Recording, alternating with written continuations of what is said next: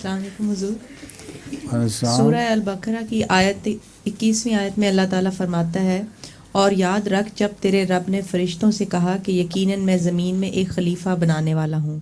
اسی طرح سورہ الحجر کی آیت نمبر 29 میں فرماتا ہے اور یاد کر جب تیرے رب نے فرشتوں سے کہا کہ میں گلے سڑے کیچڑ سے بنی ہوئی خشک کھنکتی ہوئی ٹھیکریوں سے بشر پیدا کرنے والا ہوں.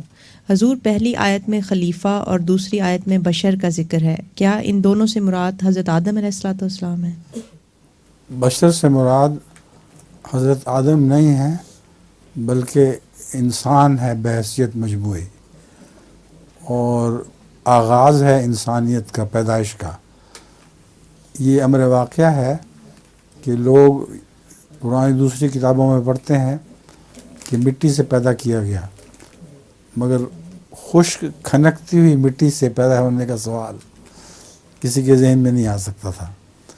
یہ قرآن کریم کا معجزہ ہے کہ اس نے یہ بات کی، اور سائنسدانوں نے تحقیق کے بعد یہ نتیجہ نکالا ہے کہ سمندر میں جب پہل زندگی کا آغاز شروع ہوا تو وہ ریسائکلیبل پروسیس تھا، یعنی کیمیکلز جو بنتی تھیں وہ دوبارہ پھر واپس پانی کے اندر اسی طرف چلی جایا کرتی تھیں جس سے پہلے جہاں سے بنی تھیں.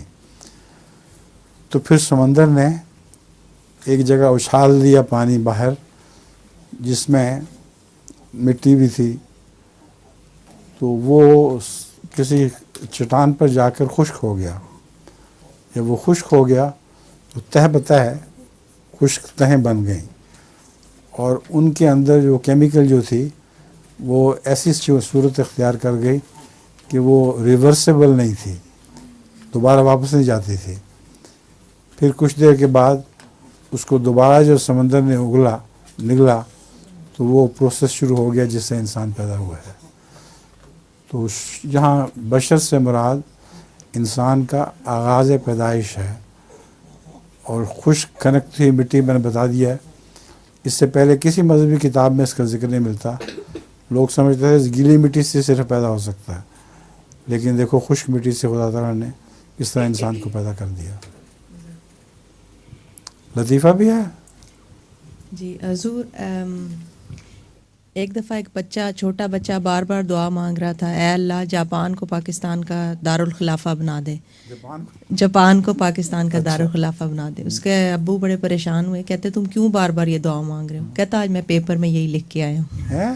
اس لیے کہ آج میں پیپر میں یہ لکھ آیا ہوں.